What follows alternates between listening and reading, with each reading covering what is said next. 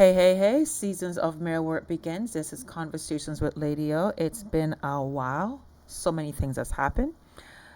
And I've just been soaking it all in, watching to see how awake Canadians are or how far gone we are. Um, we all are watching how everyone is responding or not responding to the assassination of Charlie Kirk.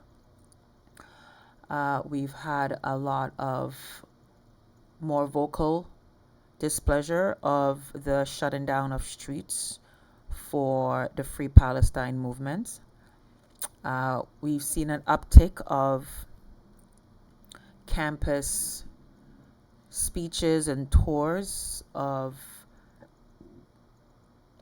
many who are carrying on Charlie Kirk's legacy. That's south of the border, but also north of the border here in Canada. We've had a by-election here in Scarborough Rouge where the residents chose Nathan Chan. So they get what they vote for. Nathan was the counselor before Jennifer McKelvey, who Jennifer McKelvey was, I personally call her an enabler for John Tory's mess because we saw how she publicly broke down in tears when he had to resign because of his unethical decisions as a husband, but also as a leader, and she's crying for him.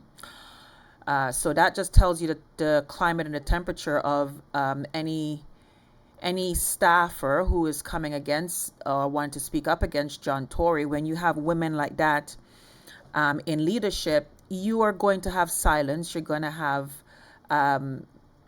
deafening silence. You would have those who would be coming forward who would be attacked. They would be seen as troublemakers instead of HR and departments taking them seriously. It would be trying to silence them. And then we had his deputy mayor, his right hand, Michael Thompson. We had him also catch a lot of the same allegations and charges. That has just been quieted and stepped under the rug. So I believe they have settled outside of court and settled also including non-disclosure of even the settlement. So I'm sure some non-disclosure agreements has been signed, so they can't even mention that there's been settlements. So you have all of this nonsense that's happening on all levels, on all areas, unethical conduct on all levels, personally, professionally, and publicly. It's just all over. So when you have Carney making statements federally about, the largest government with females, I that doesn't impress me because if you have females who are carrying the water, enabling men to abuse powers, them being there is more liability than an asset to the working environment. I've walked through some fires, especially with women who are intentionally hired and recruited. They look for those women who would be capers, those women who would be enablers. Especially if you had wives who have been quiet and stayed married with men who had all of these like open marriages, and the wife stayed quiet because she needs to keep the title of being a wife, the position of a wife, all the benefits of the wife, and she's okay with her husband going to massage parlors and doing things that, and then even if the husband gets caught in a police sting, and then the husband makes some statements, oh, I didn't know it was that type of a parlor, and and we have the wife now running for politics, and now she might be in a position that is an authoritative position if she's running for politics, and then she's now the head of a portfolio in an environment. Do you think women are going to be protected and going to be championed with her at the head if there's any kind of abuse of power and any harassment, sexual harassments and stuff? I'm just saying, when you choose women who have shown that they do not have a spine, they do not know how to say no to unethical leadership. They would stay in abusive relationships because of the title of, and they will cover and protect slack, disgusting behaviors, and that's in their personal life. You put them in a position of power politically or professionally. You think because, oh, we have a woman in such and such role, that that is actually going to help the environment and the culture of the other women there when it comes to working environment. No, it's actually worse. I would prefer to have a man in certain positions, and that man has a backbone. Look, we just saw over the summer the CEO of that company who was caught on a big television televised what is it, the jumbotron they call it, at the Coldplay concert, fully having extramarital affairs, and had the audacity to take the mistress to a Coldplay concert, and the mistress is the head of HR. So you know, anybody that's complaining about the boss and she's the head of HR, you know that's gonna be squashed. There's many companies, and I've worked with many, where if the person at the top is conducting themselves outside of expectations for workplace environments, and HR is caping for them, and like, you are going to be seen as a troublemaker.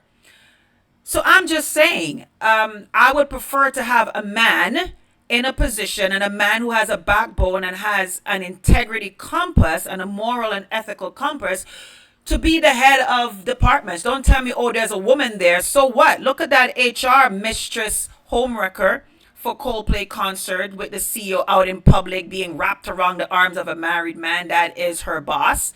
She's the head of HR. They could be, oh, look, we have a woman at the head of HR. Yeah, and she's fully the mistress for the CEO. So what? I've worked in so many companies where women are the head of occupational health and HR and human resources and human rights, and because there's a woman there does not guarantee diddly squat. If anything, I am always cautious when I hear a woman is at the head of HR or workplace environment, occupational health, human resources, rights, because HR could also mean human rights. I'm more cautious, because you might be that woman that they intentionally have already vetted, that they've seen patterns in your behavior, that you will turn a blind eye, and you are more loyal to corporate than to principles. You're there to protect the corporate image. You're not there for protecting the corporate environment of employees working there. So, politically, corporate, privately, personally, and that's also in religious circles. Don't think the church don't have a secretary or the first lady or the deaconesses who fully know that there are men in position abusing power and abusing people that come to the church, and these women will protect the men, and they would actually attack those who speak up. Oh my gosh, do we need to list? There's been so many. So I'm just saying, being the wife of, being the woman of, it doesn't matter. I'm not looking at that I don't care. Because actually, I'm more concerned when there's a woman at the head of these portfolios. I am. Because I've seen too much, I've seen, experienced personally, and also through the lens of victims. And we have, as I said, in broad daylight, Coldplay, Jumbotron. We've seen it, and we have churches scandals of, like, we've seen the wives standing by their man. Nonsense. And the church rallying around the pastor. We've seen it. So, and we know churches are what, 90% women? So I'm just saying, and I've lived my own experience of seeing the church rally around a pastor who used his position to get his tentacles to the young woman in the youth ministry. End up marrying one. I'm telling you, I'm just, listen, don't tell me about no woman being the head of anything and whatever. I don't care. And that is for all companies. It could be TTC, Toronto Transit Commission. Oh, I have my stories about that. The women that are supposed to be in charge of certain departments are supposed to be the checks and balances of corporate environment. Oh, I've seen it all. I've seen it all. I've seen a wife having to come to a TTC division because the husband, who is the head of that division, was having an affair with a supervisor at that division. And the wife showed up. It's a big drama. And then that husband is now had the audacity to be the one that's investigating another husband who abused his power on the job, actually caused injury to his wife on the job with a TT's vehicle on the job. And the husband, listen, the cesspool is just ridiculous. I'm just saying. The cesspool, male and female, who have been placed in position of power, authority, leadership, men and women, it's a cesspool everywhere. So society, you've placed yourself in this because you keep promoting, you keep turning a blind eye because you're more loyal to personality and people than principles. So you keep turning an eye to these things, not caring about these things, and just saying, oh, we're going to separate and compartmentalize. No, I'm sorry. How you do one thing is how you do everything. But you have shown generation after generation that you don't care about the character of people. So you get what you keep saying you don't care to have. So look no further than we talk about the list of Epstein that apparently doesn't exist. And we have even here the Canadian connection, Mark Carney and his wife, been photographed best friends for the thing just gets thicker and thicker as to why the list doesn't exist anymore, because there's many people implicated on that list, not just domestically for USA, but internationally across borders and oceans and ponds. Epstein list affects many. And you'll have the blind that will continue saying they don't care and they're loyal to personality and people. So the blind progressives will continue to support men and women because of a party brand, or I like his teeth, I like his smile, or I like the way he dressed, he seems so eloquent. The wife, has this nice British accent, so that's supposed to make her intellectual. We don't care about the company that people keep. We don't believe, birds of a feather flock together. We don't care about that. We don't care how people lie about one thing over and over. Doug Ford's rap sheet about flip-flopping. Parental has rights. Make me your leader. I will get rid of all of this disgusting stuff, including the education curriculum. But fast forward, he's now apparently tough on education and curriculum, so much so that he wants to get rid of the trustees. But this is the same man who allowed the educational system to have gone downhill and gone into the dumps year after year because he held on to Kathleen Wynne curriculum because he felt like that is some legacy and a promise to her that he needs to hold on to. And then he's shocked that the trustees that are now managing this curriculum and the school board that has been handed over from Kathleen Wynne's liberal agenda is in the dumps, that their priorities is not about the children's academic excellence, and you're shocked about that. And then you're shocked that you have trustees who are actually more about themselves than about the children Are you shocked? No, because you have the electorates who are voting these trustees who lie, and like Nathan Chan, I said, he comes right back around. You have Nathan Chan who ran to be the trustee for Scarborough Center, and parents chose him fully knowing that he's an NDP loyalist. And I remember being in Scarborough Center canvassing during that trustee election, and I had parents actually, they actually want critical race theory in schools because of poor black me. And I'm looking at, and this is your white counterparts looking me in the face, and they have this white guilt, and I'm just like, and they think they're doing black people a favor by com- continually reminding and bringing up and bringing up these stories of always making them feel that they can't do better because of the color of their skin.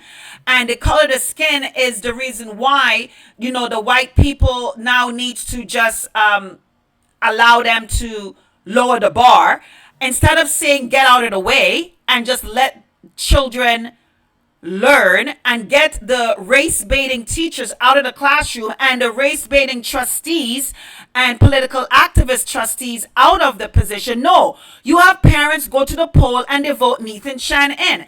And I told them that he's just running for a career. He's not there for the best interest of a child. And look what happened. Lo and behold, he jumped ship as soon as he heard Doug Ford is coming in and squashing everything. Him and all other trustees are trying to jump ship. But I thought that they were in here for the best interest of your child. I thought they had to champion for your children and fight for your children. But as soon as they heard that they're not, their hands are not going to be able to be a part in the money trough, they jump ship as soon as possible. And you have the parents that are still voting these people in, because the parents are also blindsided with all this political activism nonsense instead of being loyal to the quality of the education for the children. They're more concerned about ideologies. It is a mess. Toronto, Ontario, Canada, North America, the world.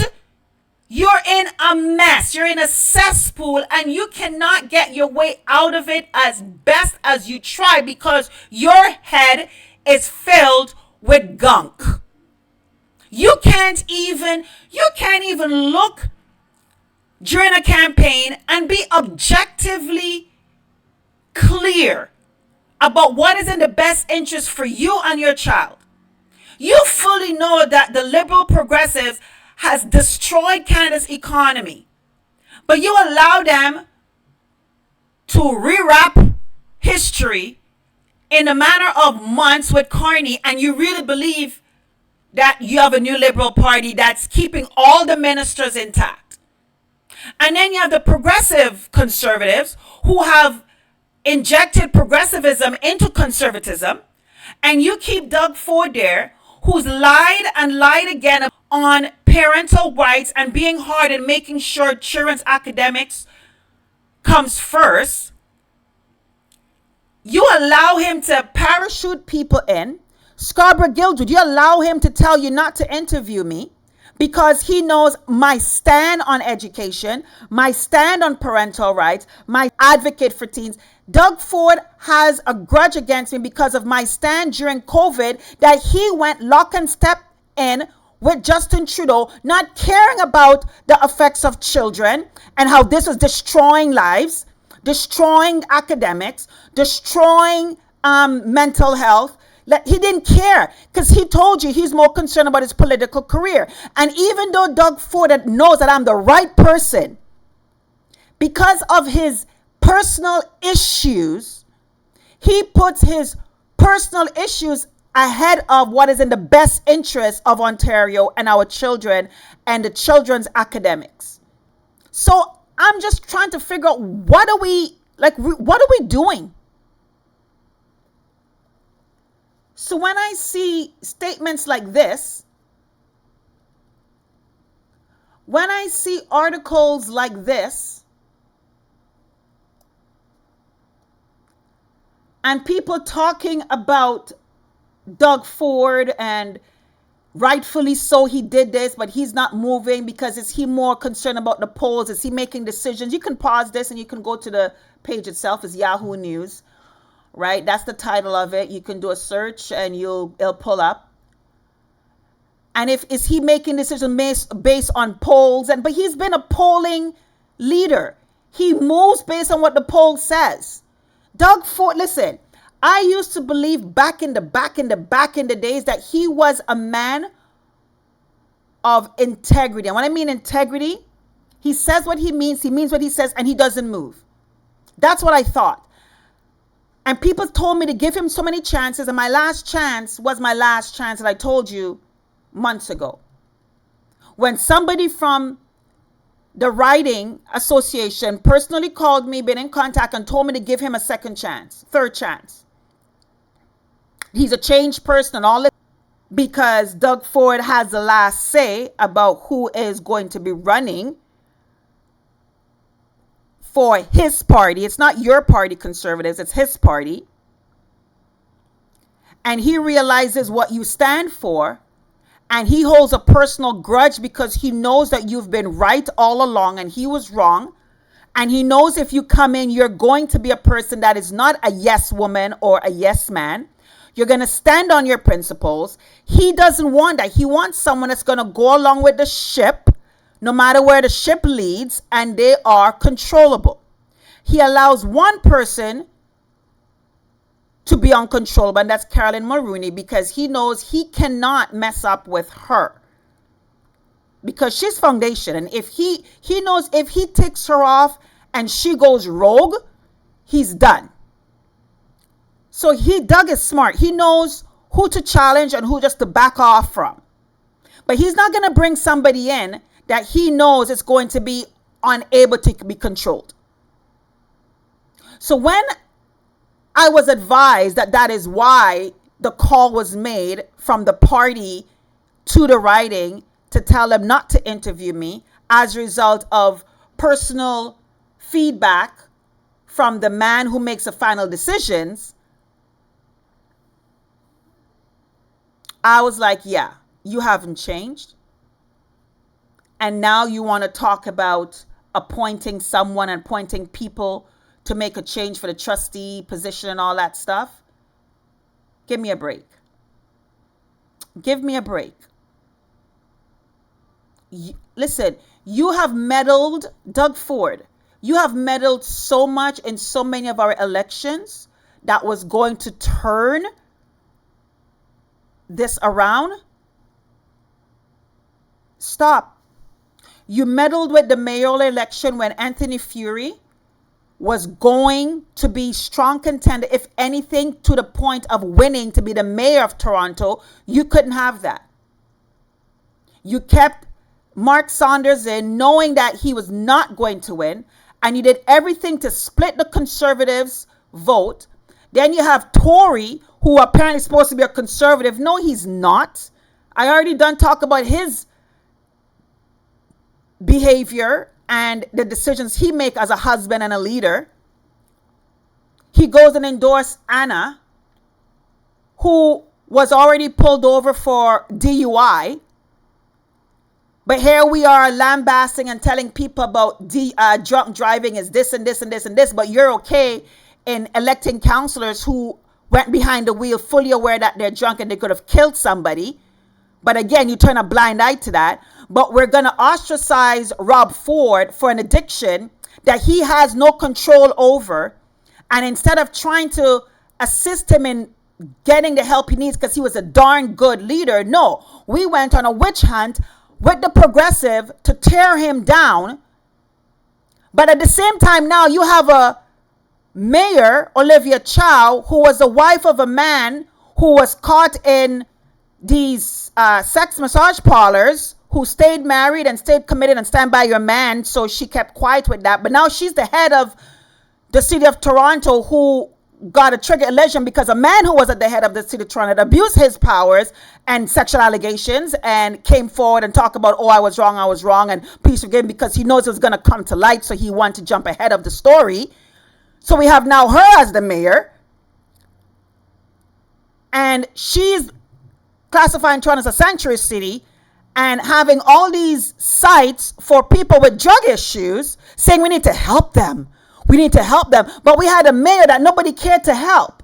And we demonized his addiction, but yet still we're opening Toronto for business for all addicts because they need help and compassion. But we showed none for Rob Ford, who was a darn good mayor who kept City Hall under control, and he really did keep the gravy train under control. But we had no tolerance, no love, no help for him. We demonized his addiction, but now we open up Toronto for all addicts and have a red welcome mat to the point that your mayor is going to raise your property taxes because of the sanctuary city that you say it's okay to have, but you demonize the one mayor we had who had an addiction problem that traced back years ago, that many people has alleged was introduced to him by a family member.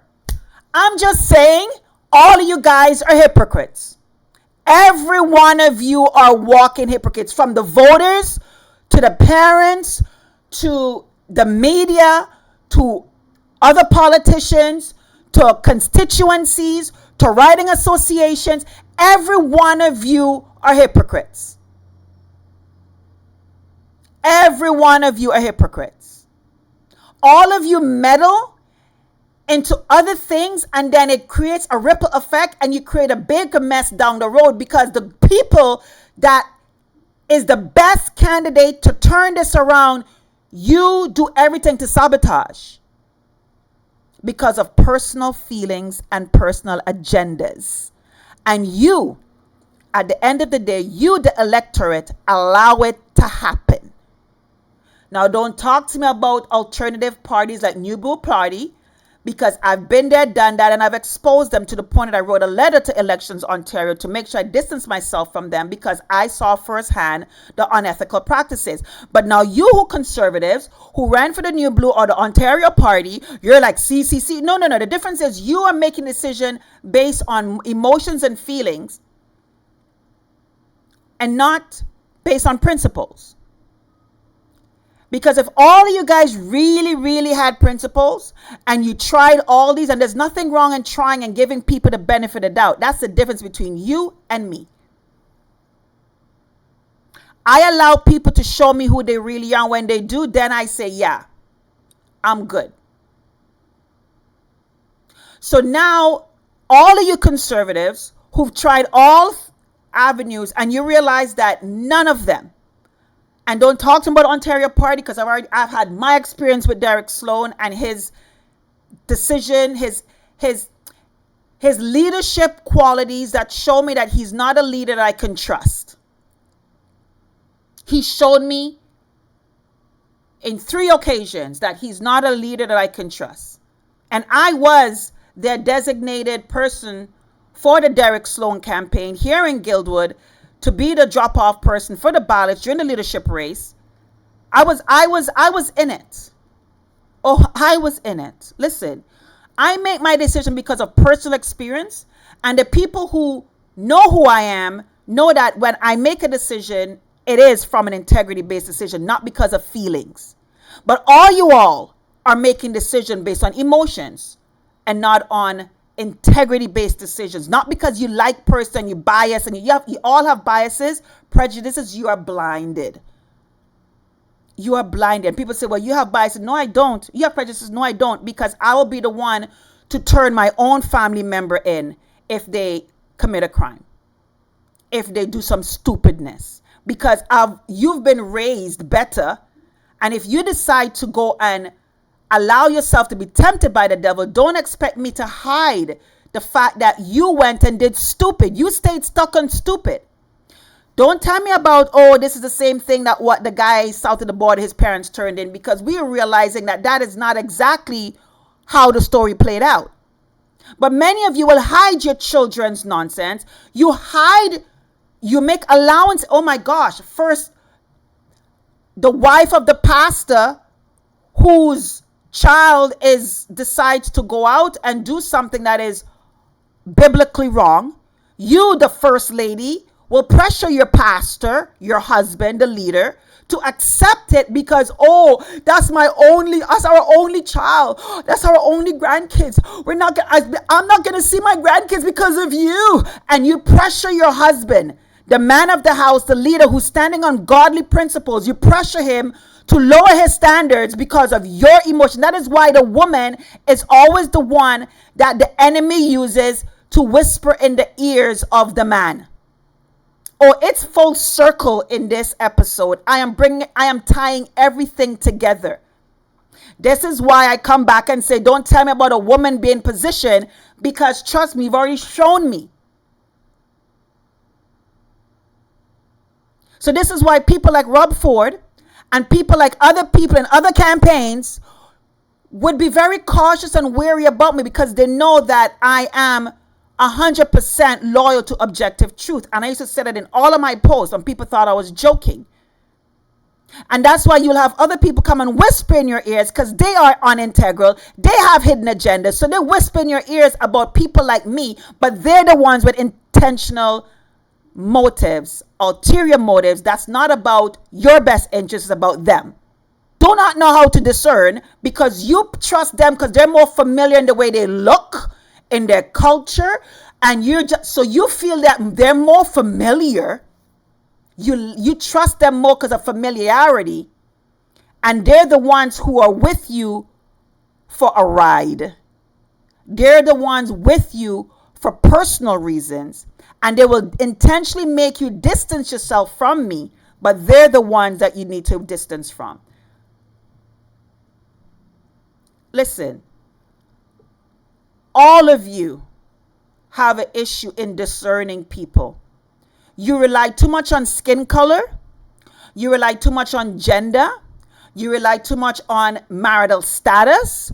You rely too much on religious affiliation. You rely too much on all these familiarities to make those be the decisions that qualify someone. But all those are outward appearances. You cannot discern their hearts because you yourself have not done your mirror work. And that is why you can't see their issue.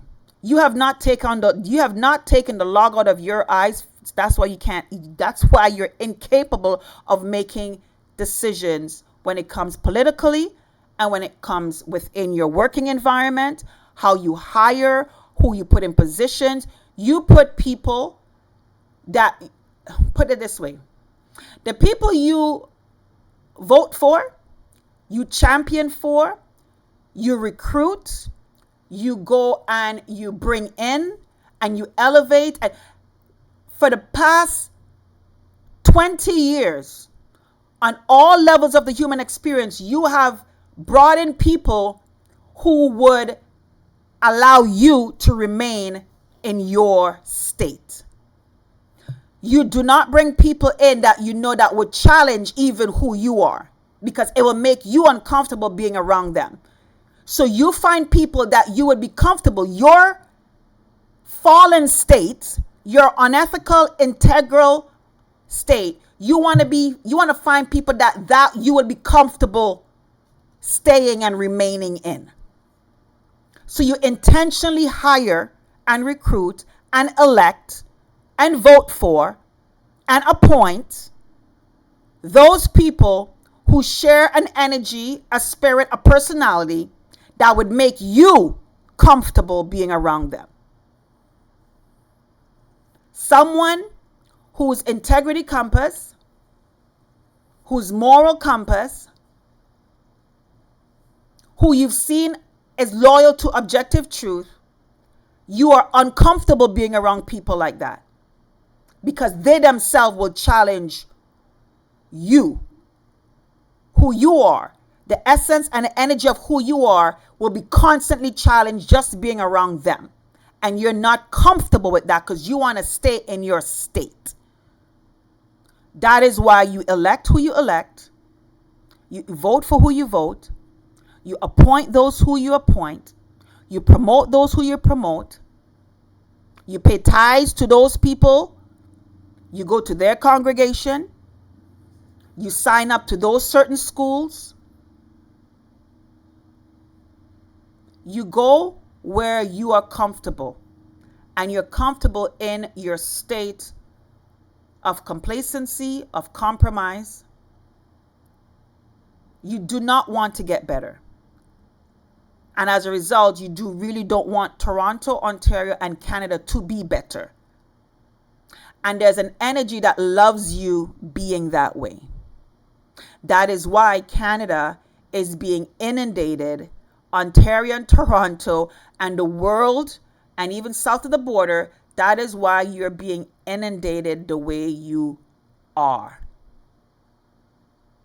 Because there's an energy that loves the fact of you not wanting to evolve, not wanting to get better and be better. It loves the fact that you hate doing mirror work, so you do not want someone or any energy around you where their presence, just their presence alone, them just walking into a room, you just knowing that they're around makes you uneasy because of what they stand for. And you know the changes that they would make. You know what they would not tolerate. It would require you to stretch, to grow, to evolve, and you don't want that. So when I see these type of things and I say, yeah, Doug Ford is not going to be serious. Doug Ford is not going to put the right people where he needs to. Doug Ford does make decisions based on polls.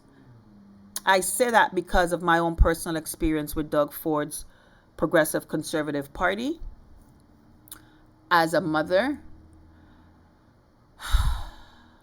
who has battled the TDSB, I've homeschooled my children myself for certain periods of time. I have been a vocal advocate, and I have even been a delegate against critical race theory, sexual orientation, gender identity curriculum. I ran as well to be the trustee for the same Scarborough Center. And nobody liked my platform because, oh, that's too conservative. But let's put Nathan Shan there. Now he bolt, and now he's a counselor for Scarborough Rouge. And he's talking about he's going to be a voice for Scarborough. Give me a break. Listen, and that's why Olivia Chow loved the fact that she got another one in. She's bringing all her NDPs in one at a time. You all listen to me. You conservatives, because I'm not talking about progressive liberals. I'm not talking about progressive conservatives, because you've already sold out. You don't want to change. You don't want to make a course correction. The conservatives, the Canadians that are really awake and they're like, whoa, what has happened? And you look up and you're like, whoa, what? If you really want to make changes, I believe it's still possible. Some people have told me, Lady O, it's gone too far. It's too late for them. I never believe anything is too late. However, I've told you time and time again, for you to get changes, you have to change from the top. The teachers' unions and all of these people that did a boycott, I think I heard they did a boycott because of the head is a white man and there's no black. I'm listening. I was like, really? That's why we boycotting? Like, I'm sorry. You guys, if you don't know me by now, you already know my position in this whole black thing. I've always said this black identity, woe is me. It's been the weapon that has kept our children down. And even in my own community, they don't like me. I've been called every name in the book from since I was a child. I didn't fit in because my father told me about those type of mindset, behaviors, and those type of people. Stay far away from, because they will want to keep you in a state of oppression because it pays their bills. They get funding, they get grants, and it's all woe is me, woe is me. They really don't want the next generation to be free. They really don't.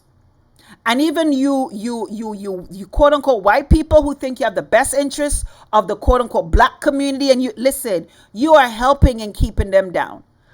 But that's for a different podcast, and I've mentioned that many other times before, so I don't even know why I need to say it again, but you always get new listeners all the time. But I'm like, no, if I could buy that man a cup of coffee, I will. And if I could tell him this is what we need to do and we need to sit down and I let you know how to, I would be right there. I am happy. Yes. And I don't know why it's shocked. I am happy that we do not have any quote unquote black man or black woman at the head of anything, because all you do is keep our children in a state of mental oppression, because it pays for you to remain relevant for another generation to be birthed into your story of oppression. You do not want them to know their strength. You do not want them to break free.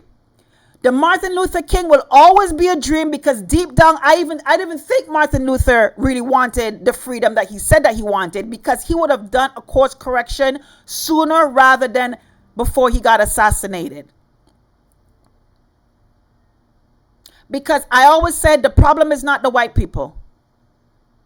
And people have come for me for me saying that. And this is not no new, people call me a grifter. I'm like, dude, I'm almost 50 and I've been saying this since I was like, what?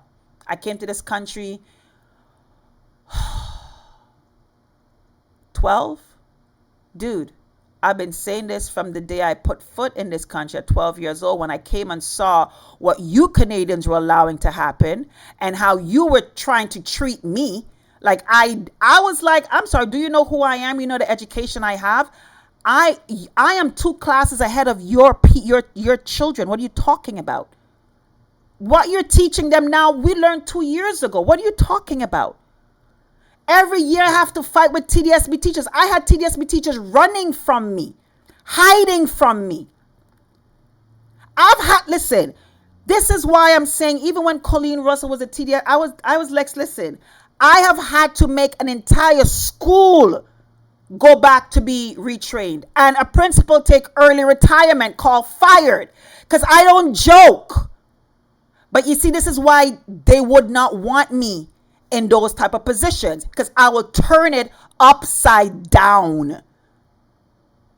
This is nonsense. A whole month of February to regurgitate oppression and lies about our people, and you think that's supposed to create black excellence?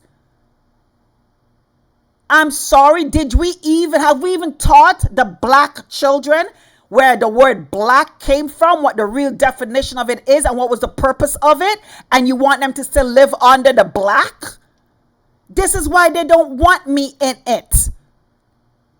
So I am happy that there is no quote unquote black person at the head of anything when it comes to education, because all you're doing is training another group of children to be oppressed with the black story. But again, if Doug Ford was a person that could separate his personal gripes, because I've come after him and I've made him, and I've spoke very unapologetically of how he dropped the ball, and he don't like me because I've stand on integrity and I was on the right side of history during the lockdown, and he doesn't like that I helped and that I was one of the writing presidents and candidates for an alternative conservative party, because there was no conservative party in Ontario for me to vote for. So yes, Doug Ford, you made those parties alive. You birthed those parties, Doug Ford. Don't blame mothers, advocates like myself, because we championed another alternative, because you made us have to look for an alternative. Don't blame us. Look in the mirror, Doug. You created that monster. You birthed that. But instead of taking accountability, you turn around and you get gripey. Get all your knickers in a bunch.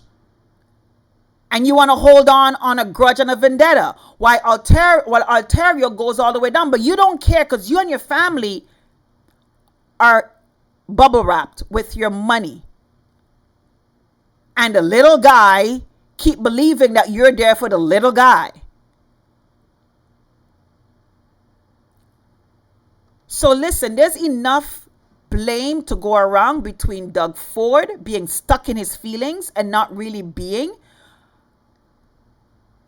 a legacy runner for his brother Rob Ford. And this is why many people voted for Doug, because we thought you were like Rob, to stand on conservative values and not budge and truly be a premier for the people and not a premier for progressivism and a premier that is out for himself and his business. We thought you were a Rob.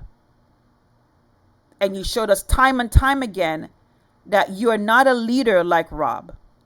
And every one of you that want to bring up Rob Ford's addiction, you're all walking hypocrites, because you're loving Olivia Chow, raising your taxes for the drug sites that she's bringing, because we need to have compassion for drug addicts. You bunch of hypocrites. And you're the same ones that vote Nathan Shannon for trustee, and he jumped boat as soon as he realized that his hands are not going to be able to be in the coffer anymore.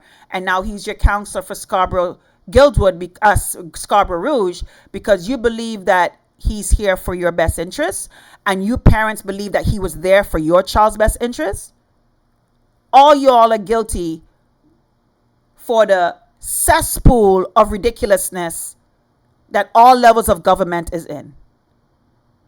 Every one of you that keep these people in positions, and each of you leaders, Doug Ford, who decide to stay stuck in emotions and not admit that people are rightfully upset by what he did to their children during COVID, because you are best friends with Chrystia Freeland and Justin Trudeau and sing their praises and then care and give a rat's behind about the quality of children's life that was occurring in Ontario. You didn't give a rat's behind about that, but now you tell me that you care about our children's academics?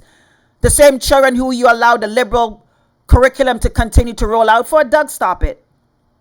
Stop it, Doug. Stop it. Stop it. But again, you and progressive conservatives like you would not want someone like me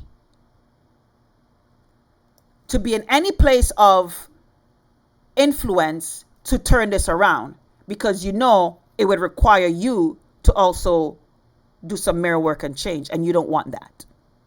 And you, progressive liberal parents and progressive conservative parents, you wouldn't vote for candidates like myself in school board, trustee, or even in any level of government, because you know what we would require and the changes we would make. And you've already been brainwashed to accept it. So do you really love your children? Give me a break. You're handing them over to ideologies that's destroying their lives, destroying their mental health, but you love your children. Yeah, okay, sure. You know the ones who I know that love their children are the ones who are not saying okay to this. You're more loyal to party than your children. So stop it.